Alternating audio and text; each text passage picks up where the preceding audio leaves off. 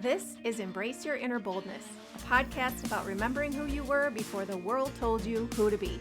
I'm Melissa Henning Frank, coach, guide, and founder of Becoming Bold. I help you strip away the conditioning, reclaim your voice, and rise into the power that's always been yours. Let's get right to it. Hey, thanks for tuning in.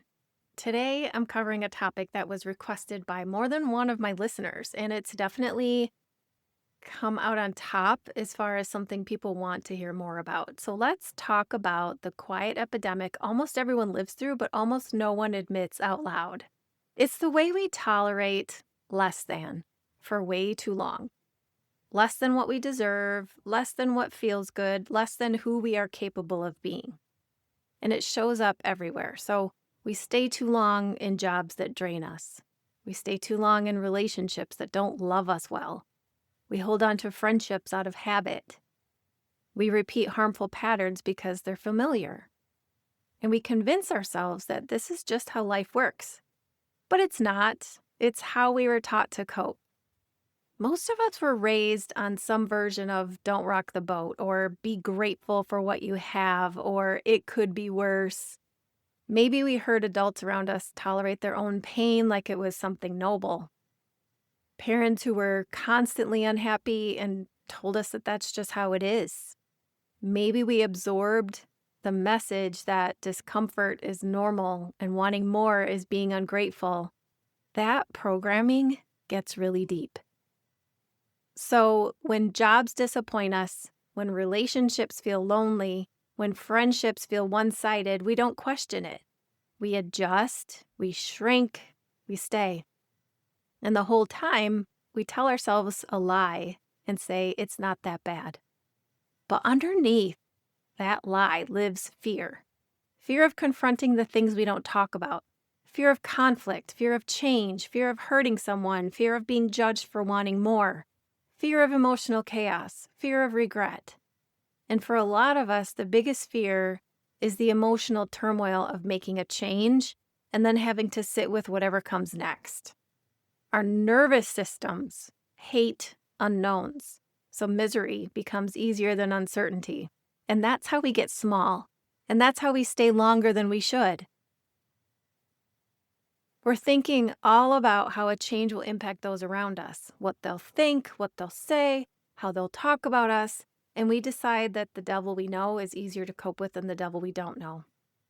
Staying too long looks the same across every part of life. In a job, it's the Sunday pit in your stomach. It's the constant irritation, the feeling of being undervalued but not wanting to start over. In relationships, it's the disconnect, the misalignment of values, the same argument recycled every year, the hope that maybe one day they'll wake up and magically change. Maybe there's even moments where it really isn't so bad. And that 25% of the time where things are pretty good, that keeps you stuck in a codependent cycle, just craving that 25%. In friendships, it's the imbalance, the guilt, the fear of losing someone who's been in your life forever, even if they're not good for you. And with habits, it's that all or nothing thinking, the belief that you're too far gone or too busy or too stressed to disrupt the pattern. We tolerate these things because disrupting them means facing uncomfortable emotions. And most of us weren't taught how to do that. Emotional avoidance is basically sandpaper for the soul. It grinds you down slowly and becomes death by 1,000 cuts. So let's talk about how you start creating change in your environment. It doesn't have to be dramatic, and it doesn't have to happen all at once. The first step is acknowledging your own power.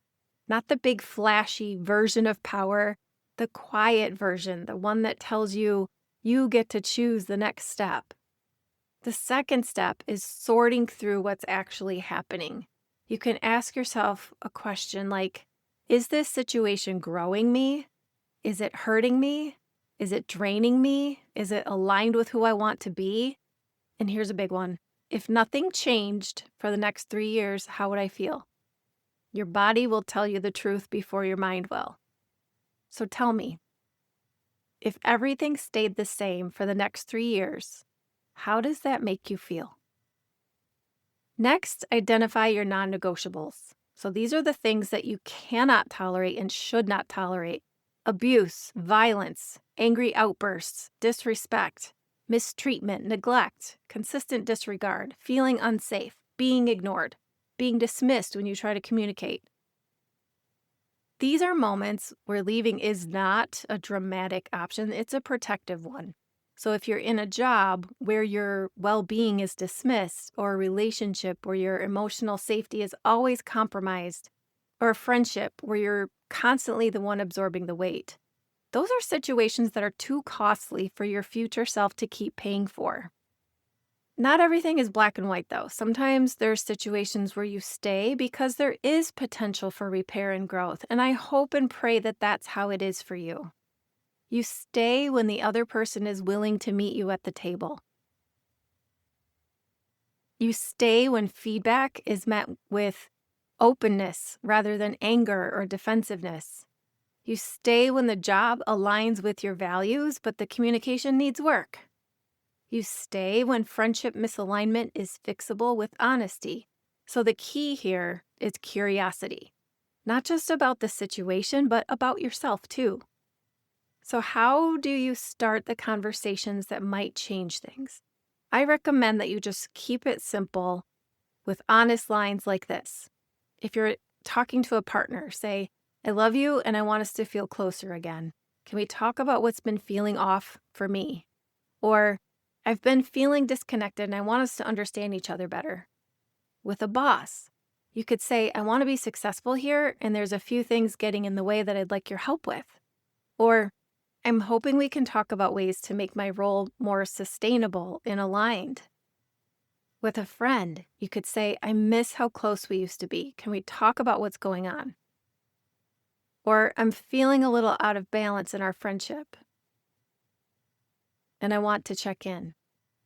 With a group, a community, or a church, you can say, "I'm realizing some things don't feel aligned anymore and I want to talk through what's shifted." Or, "I care about being here and I want to see if some things can change." These conversations are not going to guarantee a solution, but they guarantee clarity. And I know it's not easy to do this, but if you do, if you do the reflection, the honesty, the emotional bravery, the conversations, and nothing still changes, then congratulations, you've done your part. You've given the situation every opportunity to rise with you. And that is when leaving becomes an act of self respect instead of an escape. I'll share this from my own life because it helped me more than anything else. I set due dates. So my brain needs structure, and I know how easy it is to get stuck in maybe things will get better. I'm the queen of that. So when something feels off for too long, a job, a relationship, a pattern, I give myself a timeline: 3 months, 6 months, 1 year. And I tell myself, if I'm still feeling this way by that date, something has to change. Maybe I have a conversation. Maybe I set a boundary. Maybe I leave. But the timeline keeps me honest. It keeps me out of limbo and it gives me something solid to stand on when fear tries to talk me out of my own power. I also write down what my choices are. This is another way to take back my power when things feel chaotic. Somehow, for me, getting it out on paper helps me organize my thoughts in a way that makes it feel a lot more manageable. Talk to a trusted friend, especially if they've been through something similar and they can relate to how you're feeling. Try counseling or find a coach who can help you sort through your options and guide you through a plan to either facilitate positive change or help you create an exit plan. Change doesn't always happen when you feel ready. It's probably going to happen when you decide that you're done living small. You deserve alignment. You deserve joy. You deserve a life that reflects who you actually are, not who you learn to be to keep the peace. And if no one has told you that lately, let me be the one. You can choose your next step. And it's okay if that step is away from something that you once thought you'd never outgrow. Take it from someone who's been there. I am here for you if you want to get on a free 30-minute coaching over coffee chat. There's no obligation, there's zero pressure. It's just you and me talking about what you've got going on and ideas to help you move forward and keep becoming you.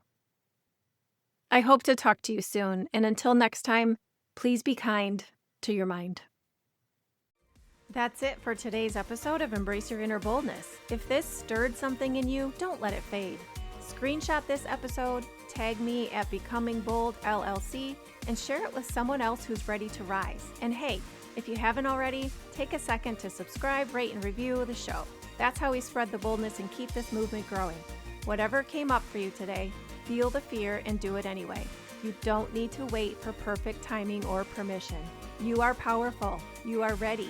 And remember, the only limit to your boldness is the one you set for yourself.